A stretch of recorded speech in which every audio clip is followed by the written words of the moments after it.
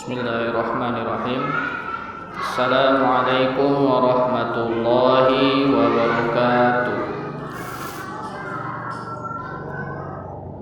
Innal hamdalillah nahmaduhu wa nasta'inuhu wa nastaghfiruh wa na'udzu billahi min shururi anfusina wa min sayyiati a'malina.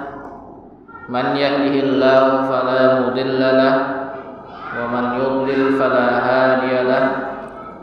Asyhadu an la ilaha illallah wahdahu la syarika lahu wa asyhadu anna Muhammadan 'abduhu wa rasuluhu alladzi la nabiyya wa la rasula ba'dah. Amma ba'du. Jamaah ibu-ibu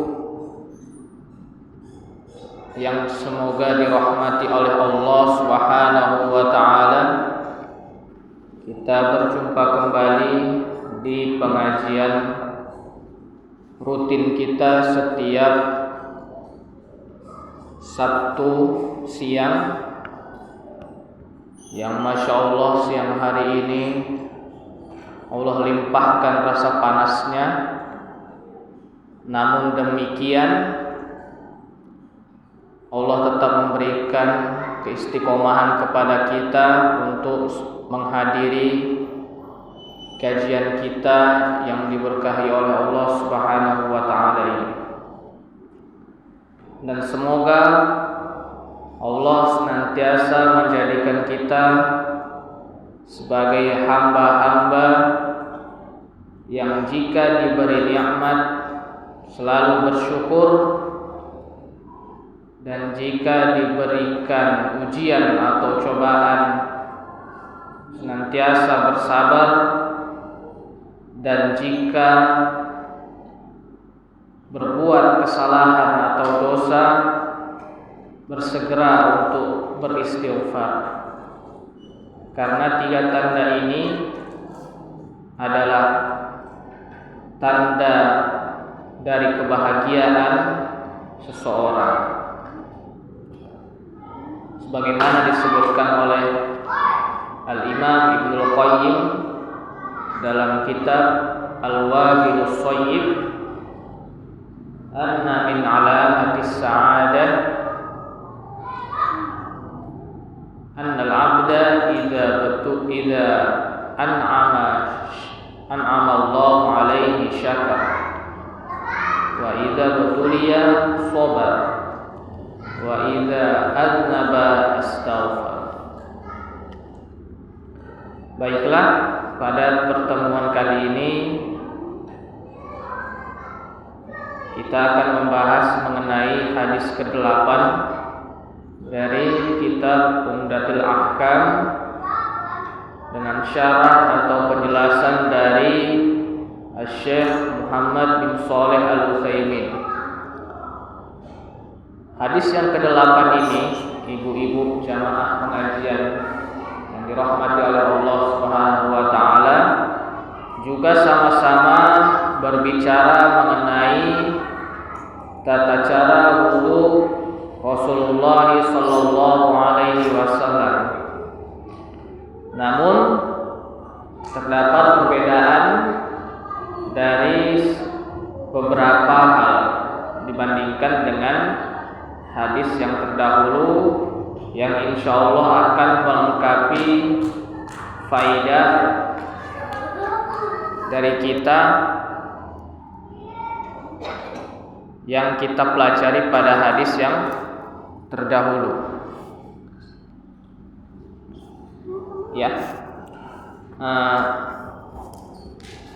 pada hadis yang terdahulu kita telah membahas mengenai tata cara wudu Nabi dari hadis yang diriwayatkan oleh Humran Maula Utsman bin Affan. Sekarang kita akan membahas hadis dari Amr bin Yahya Al-Mazini dari ayahnya, yaitu Yahya Al-Mazini.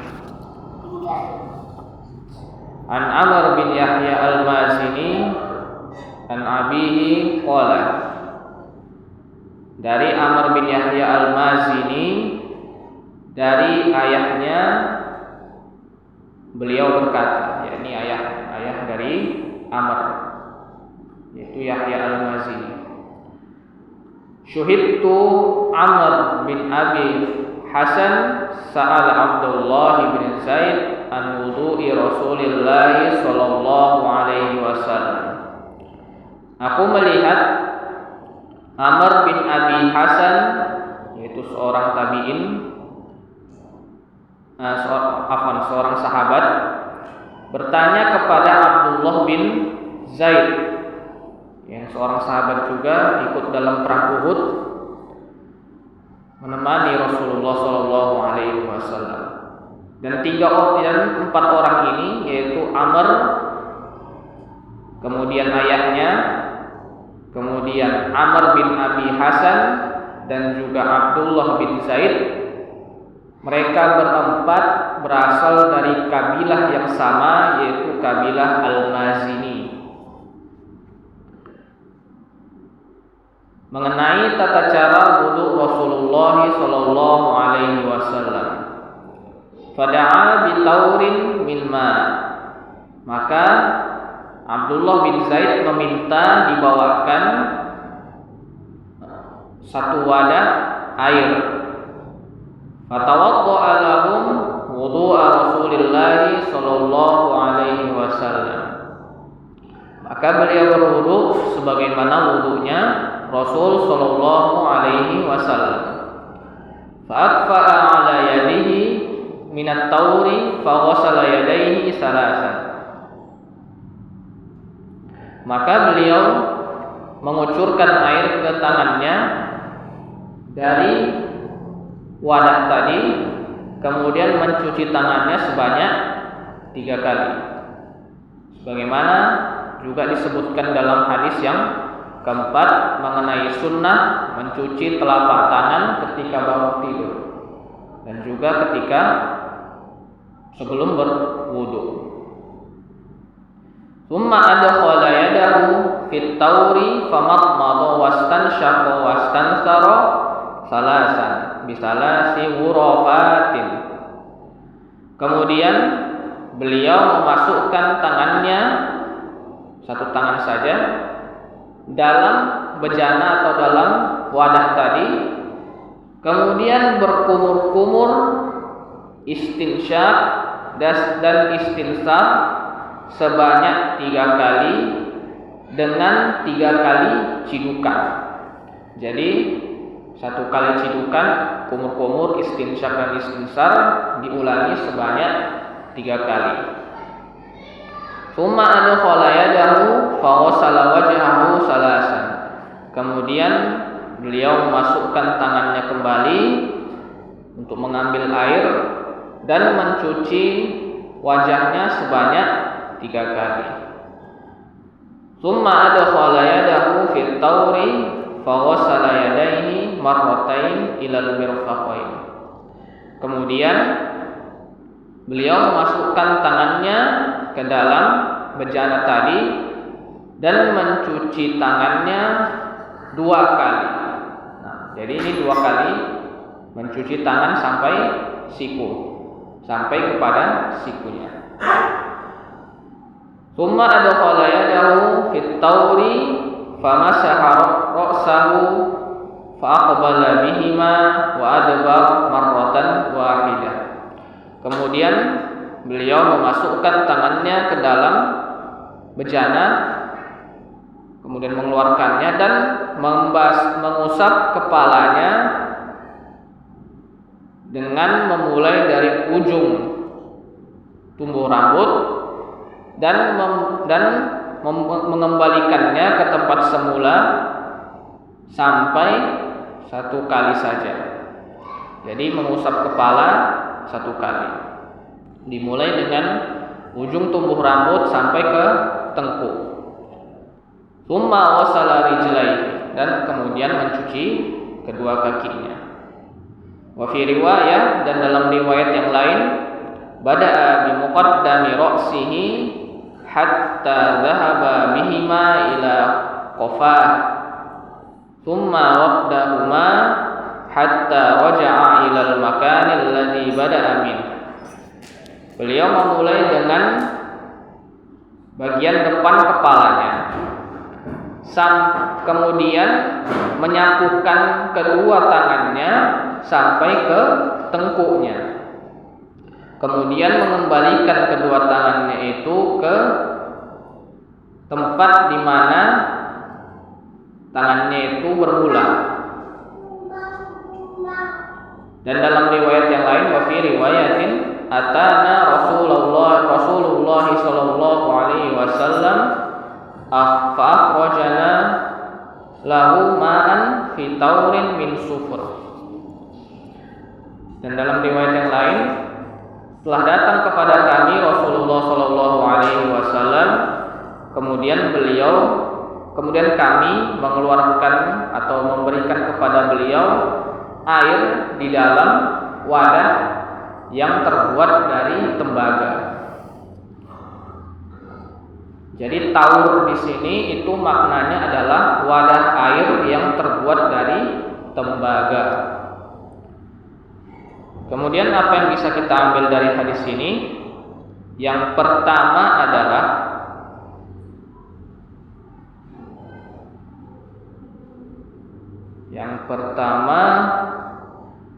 giatnya para salaf as-salih, giatnya para salafus salih dalam mencari tahu sunnah-sunnah Nabi sallallahu alaihi wasallam, agar mereka dapat mencontoh sunnah-sunnah tersebut dan mengamalkannya.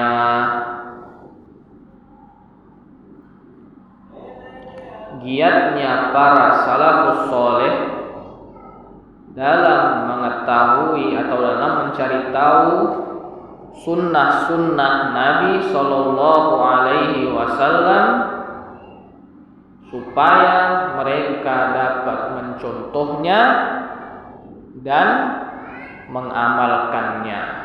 Ini yang pertama. Karena di sini Amr bin Abi Hasan bertanya kepada sahabat yang lain, yaitu Abdullah bin Zaid, mengenai tata cara wudu Nabi. Di sini beliau menunjukkan kesungguhan dalam mencari tahu sunnah-sunnah Nabi dalam perkara wudu. Kemudian yang kedua, sulukul muallimi aqrabu al-wasail ilal fahmi wa rusukhil ilmi. Bertanya kepada guru adalah metode tercepat atau metode tersingkat dalam memahami dan menanamkan ilmu pada diri kita. Bertanya kepada guru adalah metode tercepat dalam menanamkan ilmu dan juga memahami ilmu, dalam memahami dan menanamkan ilmu pada diri kita. Sebagaimana tadi disebutkan,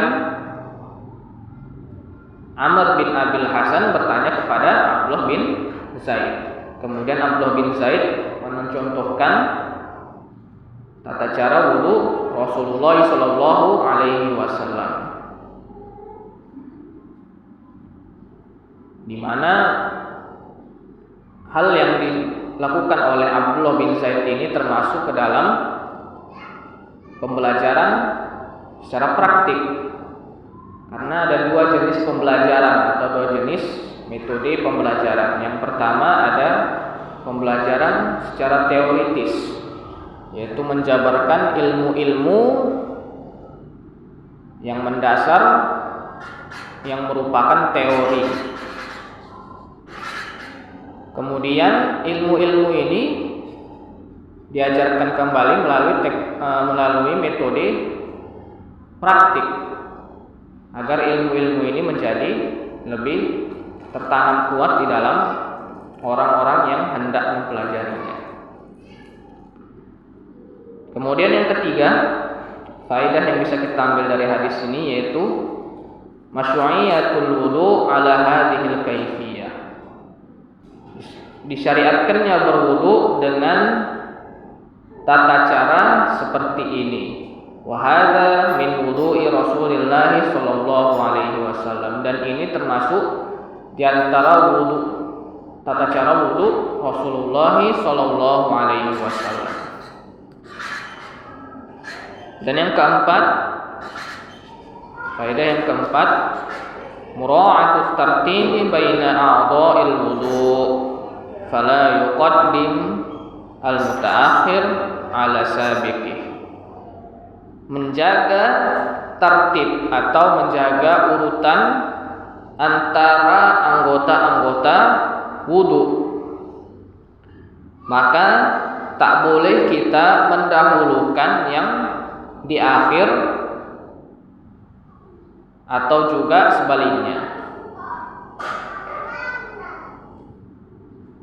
Maka muncul sebuah kasus mengenai permasalahan tertib ini atau permasalahan urutan ini, di mana permasalahan ini sangat masyhur di kalangan fuqaha atau kalangan ulama ahli fikih, yaitu mengenai orang yang berwudu tapi dengan cara menceburkan diri ke dalam sungai.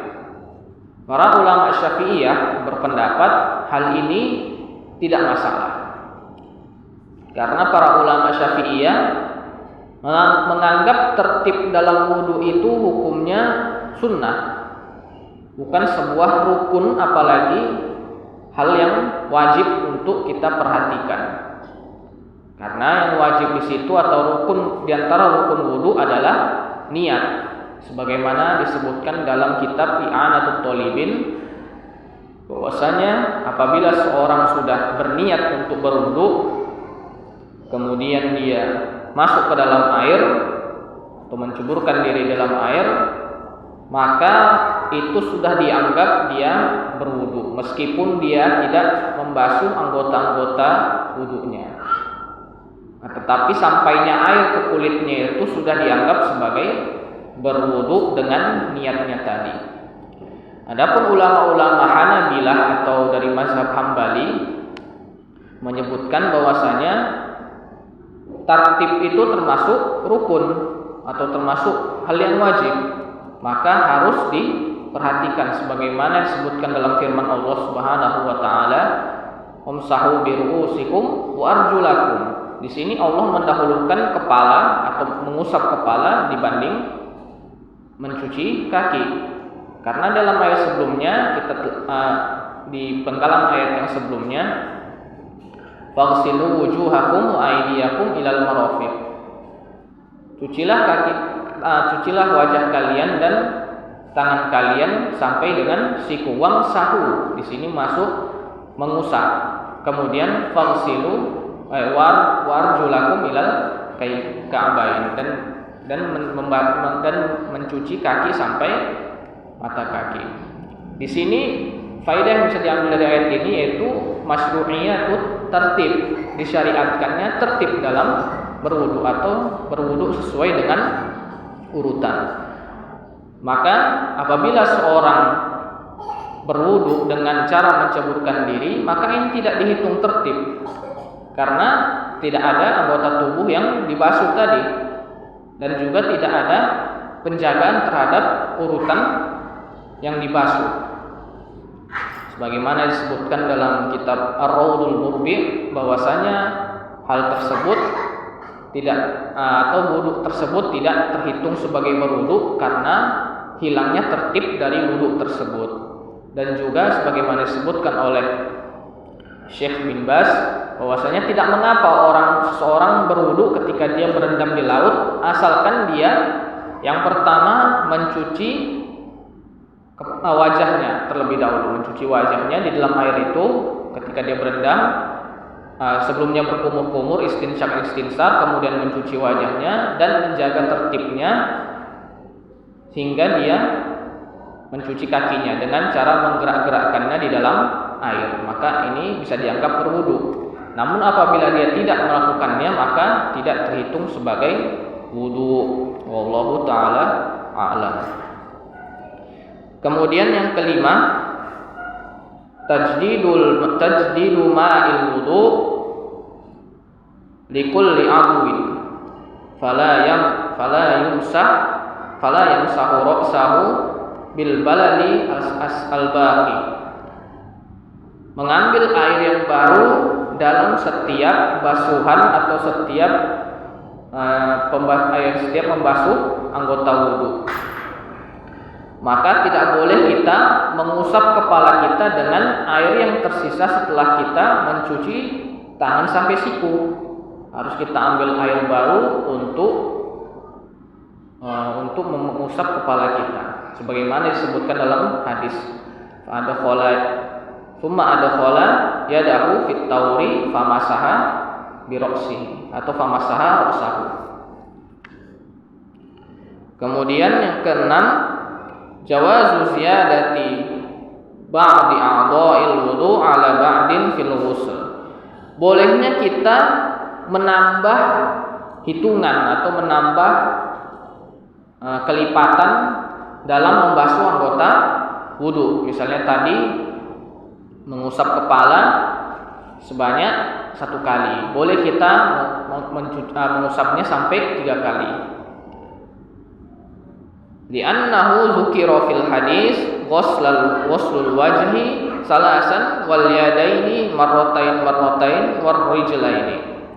Karena disebutkan dalam hadis yang tadi bahwasanya mencuci wajah itu sebanyak 3 kali dan mencuci kedua tangan 2 kali setiap tangannya atau di kanan kiri, kanan 2 kali, kiri 2 kali, dan mencuci kaki hanya sekali. Jadi di sini terdapat perbedaan jumlah basuhan antara wajah tadi 3 kali, tangan 2 kali, dan kaki hanya sekali. Maka boleh bagi kita untuk meratakannya sebanyak 3 kali, 2 kali, atau sekali saja, tidak masalah. Syekh Shalih Al-Fauzan menyebutkan dalam syarah beliau terhadap Umdatul Ahkam, yaitu terhadap hadis ini, mengenai jumlah bilangan tadi, ada 1, ada 2, ada 3, maka Syekh Shalih Fauzan memberikan keterangan kalau 1 kali basuhan itu adalah cukup untuk melaksanakan kewajiban. Jadi membasuh sekali itu hukumnya wajib. Kemudian membasuh 2 kali itu hukumnya mustahab atau diperbolehkan dan termasuk keutamaan, fadilah. Membasuh 2 kali itu termasuk fadilah atau keutamaan. Kemudian membasuh 3 kali hukumnya sunnah, sebagaimana disebutkan di banyak hadis Rasulullah tentang berwudu. Kemudian apabila membasuh lebih 3 kali, maka ini termasuk ke dalam bid'ah. Karena tidak pernah Rasulullah mencontohkan membasuh anggota wudu sebanyak lebih dari 3 kali. Kemudian disebutkan juga oleh Syekh, litajawuzi ma haddar Rasul sallallahu alaihi wasallam. Karena itu melebihi atau melampaui apa yang telah Rasulullah batasi. Rasulullah membasuhnya sebanyak 3 kali saja, kita melampaui batas, maka ini termasuk bid'ah dan tidak melaksanakan perintah Rasulullah sallallahu alaihi wasallam. Wallahu taala alam. Dan yang terakhir, faedah yang terakhir, jawazul wudu'i bi aniyatis sufur. Bolehnya kita berwudu di bejana yang terbuat dari tembaga. Karena sebagaimana dalam syariat kita dilarang untuk menggunakan bejana yang terbuat dari 2 logam mulia, yaitu emas dan perak. Dilarang kita makan dari situ, menggunakannya untuk minum dari wadah tersebut dan juga untuk berwudu. Akan tetapi di sini itu wadah yang terbuat dari tembaga diperbolehkan untuk kita mengambil wudu darinya.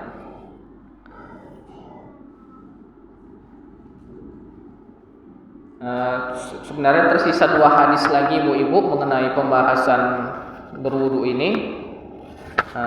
Karena waktunya masih ada, maka kita lanjutkan saja ke pembahasan hadis yang ke-9. Jadi hadis yang ke-9 ini temanya adalah tentang tayammun atau atau disunnahkan untuk memakai tangan kanan dalam keseharian atau dalam hal-hal yang baik. Yaitu hadis an Aisyah radhiyallahu anha qalat kana Rasulullah sallallahu alaihi wasallam yu'jibuhu tayammunu fi tana'ulihi wa tarajjulihi wa tuhurihi wa fi sya'nihi kulli. Dari ibunda kita Aisyah radhiyallahu taala anha, beliau berkata, Rasulullah Shallallahu Alaihi Wasallam sangat menyukai menggunakan tangan kanan dalam memakai sendal, dan dalam bersisir dimulai dengan yang kanan. Wa tuhurihi, dan dalam berwudu atau dalam bersuci, baik bersuci dari hadas kecil dengan berwudu atau tayamum, dan bersuci dari hadas besar dengan mandi. Wa fi sya'nihi kulli, dan dalam perkara-perkara yang lain. Maksudnya fi sya'ni ini adalah perkara-perkara yang sifatnya mengandung kebaikan. Contohnya adalah makan dengan tangan kanan dan juga memberikan sesuatu kepada orang lain dengan tangan kanan. Adapun penggunaan tangan kiri, maka ini disunnahkan untuk hal-hal yang sifatnya buruk, baik bersuci dari buang hajat dengan tangan kiri, atau memegang kotoran dengan tangan kiri, dan juga hal-hal yang lain digunakan dengan tangan kiri. Di antara faedahnya adalah yang pertama, tangan kanan ini lebih banyak penggunaannya kepada sesuatu. Maka apabila terkontaminasi dengan hal-hal yang kotor, maka dapat menimbulkan mudarat. Maka disunnahkan bagi kita untuk menggunakan tangan kiri dalam hal-hal yang kotor. Kemudian apa yang bisa kita ambil dari hadis ini? Yang pertama, anna taqdimal yamin lil asya'i thayyibah wal afdal syar'an wa aqlan wa tibban. Bahwasanya mendahulukan tangan kanan atau menggunakan tangan kanan untuk hal-hal yang baik itu adalah suatu hal yang dianjurkan, baik secara syariat sebagaimana dalam hadis ini, maupun aklan secara akal, karena sebagaimana tadi yang saya sebutkan, penggunaan tangan kanan sangat dominan. Watibban, dan secara kesehatan, karena apabila terkontaminasi dengan kotoran maka bisa menyebabkan mudarat. Dan yang kedua, inna ju'lal yasari lil asya'il mustakdzarah wal aliku syar'an wa aqlan. Bahwasanya menggunakan tangan kiri untuk hal-hal yang tidak disukai itu lebih layak secara syariat dan secara akal sehat. Dan yang ketiga, inna syar'a asy-syarif ja'a li islahin nas wa tadhhibihim wa wiqayatihim minal adrar. Bahwasanya syariat yang mulia ini datang untuk memperbaiki manusia, umat manusia, dan menertibkan mereka serta menjaga mereka dari hal-hal yang dapat membahayakan. Jadi syariat yang mulia ini, meskipun kita terkadang tidak tahu apa ilatnya atau apa sebab mengapa Allah menetapkan ini dan itu, tidak lain dan tidak bukan ilatnya yaitu atau di antara sebabnya yaitu menjaga kita agar tetap pada kebaikan dan agar tidak terjatuh kepada keburukan. Dan yang terakhir yaitu innal afdal fi taqdimil wudu mayamin al afdal ala mayasiriha. Bahwasanya yang lebih afdal dalam berwudu adalah mendahulukan tangan kanan atau bagian tubuh yang kanan daripada yang kiri. Meskipun tidak mengapa ibu-ibu apabila lebih dahulu kita membasuh tangan kiri itu tidak membatalkan wudu, atau membasuh bagian tubuh yang kiri itu tidak membatalkan wudu. Akan tetapi kita kehilangan pahala dari mencontoh sunnah Rasul tadi, yaitu sunnah untuk mendahulukan yang kanan. Nah, itu hadis ke-9. Dan hadis yang ke-10, insyaallah setelah hadis yang ke-10 ini selesailah kita dari pembahasan toharoh dan wudu secara umum. Yang hadis ke-10, An-Nu'aim al-Mujmir an Abi Hurairah radhiyallahu anhu 'anil Nabi sallallahu alaihi wasallam annahu qala inna ummati yud'auna yaumal qiyamati ghurran muhajjalin min atharil wudu. Faman istata'a minkum an yutila ghurratahu falyaf'al. Wa fi lafzin akhar ra'aitu Aba Hurairah yatawadda fa ghasala wajhahu wa yadayhi hatta kada yablughul mankibai. Thumma ghasala rijlaihi hatta rafa'a ila saqaihi. Thumma qala sami'tu Rasulullah sallallahu alaihi wasallam yaqul inna ummati yud'auna yaumal qiyamati ghurran muhajjalin min atharil wudu. Faman istata'a minkum an yutila ghurratahu wa tahjilahu falyaf'al. Wa fi lafzin li Muslim sami'tu Khalili sallallahu alaihi wasallam yaqul tablughul hilyatu minal mu'min haitsu yablughul wudu. Artinya dari Nu'aim bin Al-Mujmir dari Abu Hurairah radhiyallahu anhu bahwasanya Nabi sallallahu alaihi wasallam bersabda, sesungguhnya umatku akan dipanggil pada hari kiamat dalam keadaan ghurran muhajjalin. Maksud ghurran di sini adalah bercahaya wajahnya. Dan muhajjalin artinya bercahaya anggota geraknya, baik tangan maupun kaki. Min asaril wudu, disebabkan karena pengaruh dari wudu tadi. Faman istata'a minkum an yutila ghurratahu falyaf'al. Maka siapa saja yang bisa atau memungkinkan untuk memperpanjang ghurrahnya, memperpanjang cahaya di wajahnya tadi, maka hendaklah dia melakukannya. Dan dalam lafaz yang lain, aku melihat Abu Hurairah radhiyallahu taala anhu berwudu, maka beliau mencuci wajahnya dan kedua tangannya sampai hampir mencapai kedua pundaknya. Jadi beliau sangat memanjangkannya sampai hampir ke pundaknya. Kemudian mencuci kedua kakinya sampai kepada betisnya. Jadi dari ujung kaki sampai ke pertengahan betis. Kemudian beliau berkata, yaitu Abu Hurairah, aku mendengar Rasulullah sallallahu alaihi wasallam bersabda, sesungguhnya umatku akan dipanggil pada hari kiamat dalam keadaan ghurran tadi, bercahaya wajahnya, muhajjalin, bercahaya anggota geraknya, dikarenakan sebab berwudu.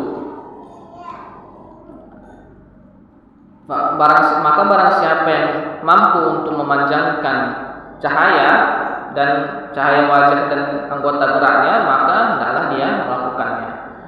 Dan dalam lafaz yang diriwayatkan oleh Imam Muslim, Beliau berkata, aku mendengar, yaitu Abu Hurairah, aku mendengar Khalili, aku mendengar kekasihku berkata, kekasihku yaitu Rasulullah Shallallahu Alaihi Wasallam bersabda, tablughul hilyatu minal mu'min haitsu yablughul wudu. Perhiasan yang ada pada mukmin itu akan mencapai sebagaimana apa yang telah dia capai dalam berwudu. Maksudnya ketika dia memanjangkan wudunya, maka sepanjang itulah cahaya yang akan didapatkannya. Wallahu taala a'lam. Dan apa yang bisa kita ambil dari hadis ini? Yang pertama, mujawazatu mahallil fardi ala annaha ibadah da'wa tahtaju ila dalil wal hadisu alladhi ma'ana la yadullu 'alaiha wa innama yadullu 'ala nuri a'dha'i.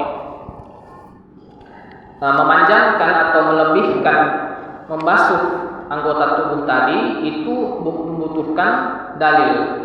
Dan dalam hadis ini ada satu penggalan kata, yaitu faman istata'a minkum an yutila ghurratahu falyaf'al. Itu adalah dari tambahan yang dari Abu Hurairah. Jadi ini pendapat Abu Hurairah dan bukan hadis Nabi.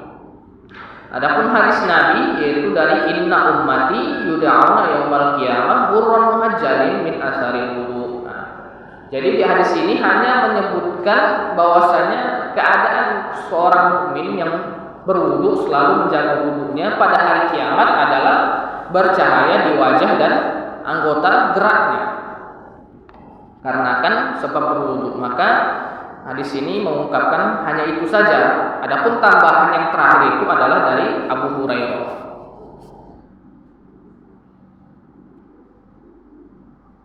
Maka mungkin ini saja hadis faedah yang bisa kita ambil dari hadis ini, yaitu hendaklah kita selalu menjaga wudu kita, karena keadaan kita pada hari kiamat atau perhiasan yang kita miliki pada hari kiamat yaitu ghurran muhajjalin itu ditentukan dari wudu-wudu kita, dari seberapa sering atau seberapa tekun kita menjaga wudu kita dalam perkara yang di luar sholat maupun di dalam sholat. Allahu ta'ala alam wa sallallahu ala nabiyina Muhammadin wa ala alihi wa sahbihi ajma'in. Telah selesai kita dari kitab Thaharah dan wudu. Dan insyaallah pada pertemuan mendatang kita akan masuk ke kamar mandi dan istinja.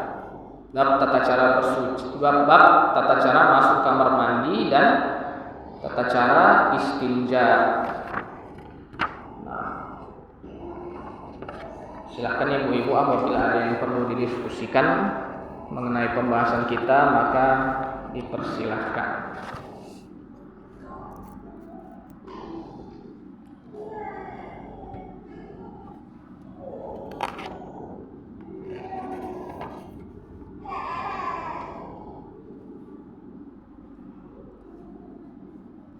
Oh, satu lagi ibu-ibu, ada yang perlu saya menjelaskan, agak ketinggalan tadi, mengenai mengusap kepala bagi wanita. Karena yang semalam saya menjelaskan bahwasanya hendaknya seorang wanita itu ketika mengusap kepalanya sampai kepada ujung rambut.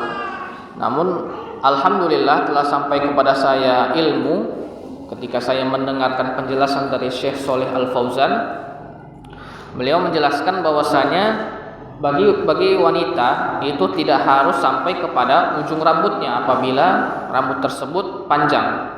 Akan tetapi bisa dengan mengusapnya dari ujung tumbuh rambut sampai ke bagian belakang tadi, dan tidak perlu mengembalikannya ke depan sebagaimana lelaki. Jadi basuh dari ujung tumbuh rambut sampai kepada tengkuk. Kemudian mengusap kedua telinga. Dan sebagaimana disebutkan juga dalam hadis dari Ar-Rabi bintu Muawwidh radhiyallahu taala anha, bahwasanya Rasulullah Shallallahu Alaihi Wasallam menganjurkan kepada para wanita untuk mengusap kepala mereka seluruhnya dari kornis sya'ar. Kornis sya'ar ini maksudnya adalah ujung tumbuh rambut sebelah depan. Kullu nahiyatin limun sabbun asy-sya'ar la yuharriku sya'ra an hayati. Ini hadis hasan dan disahihkan oleh Asy-Syaikh Al-Albani. Jadi kita sebagai ibu-ibu ketika berwudu itu dimulai sebagaimana tadi, tidak perlu mengembalikannya ke depan sebagaimana kaum bapak atau sebagaimana laki-laki, tetapi dibasuh dari bagian depan sampai kepada tengkuk atau kepada bagian yang bisa kita jangkau dari rambut kita, kemudian langsung mengusap telinga. Wallahu ta'ala a'lam. Jadi saya ralat ya Bu, penjelasan saya yang kemarin.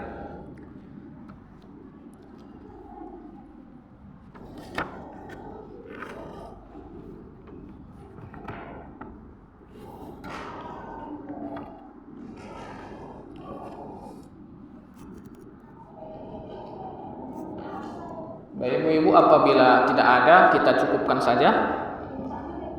Bagaimana?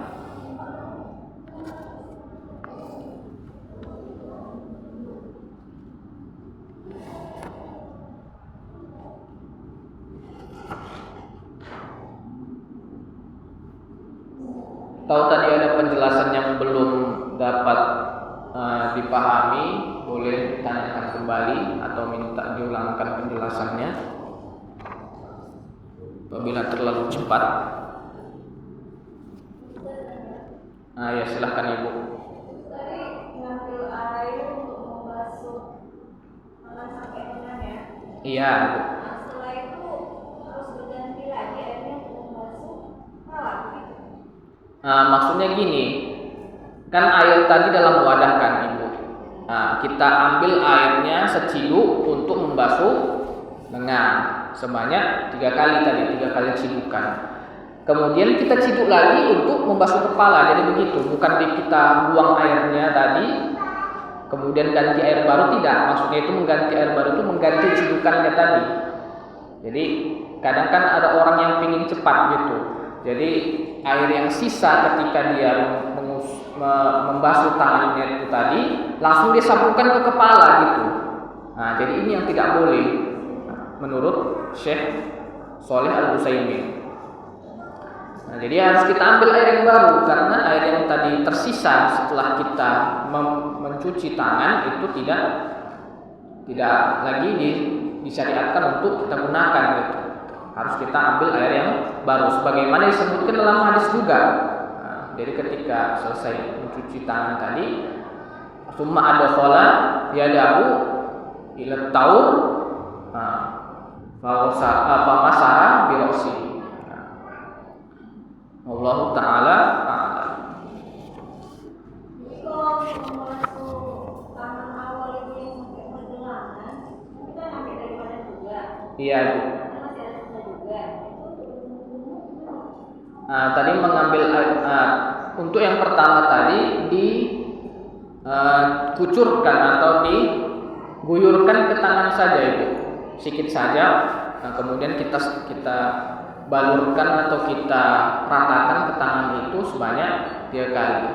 Jadi misalnya kita punya gayung kan Ibu, kita ambil airnya cidukan itu dari gayung, kita tuangkan ke tangan tadi. Kita tuangkan ke tangan sebelah kanan, misalnya kita pengen pakai tangan kiri, kita tuangkan ke tangan kanan. Sebanyak 3 kali, begitu juga dengan tangan kiri.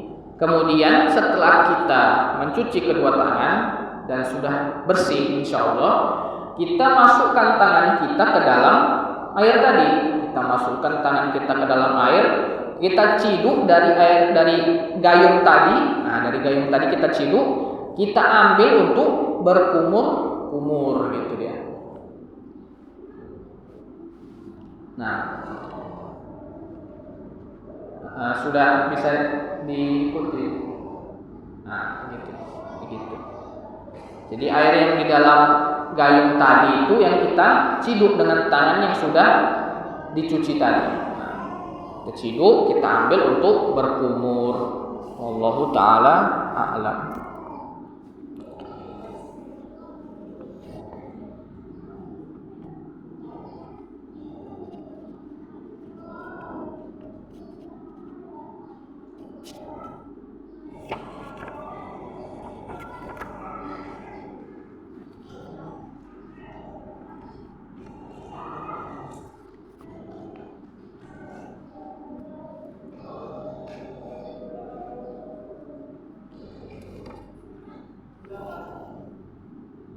Nah, baiklah, karena tidak ada pertanyaan lagi atau tidak ada yang perlu didiskusikan pada kesempatan hari ini, maka saya tutup dengan doa kafaratul majlis. Subhanakallahumma bihamdihi, subhanakallahumma bihamdika, asyhadu an la ilaha illa anta, astaghfiruka wa atubu ilaik. Assalamualaikum warahmatullahi wabarakatuh.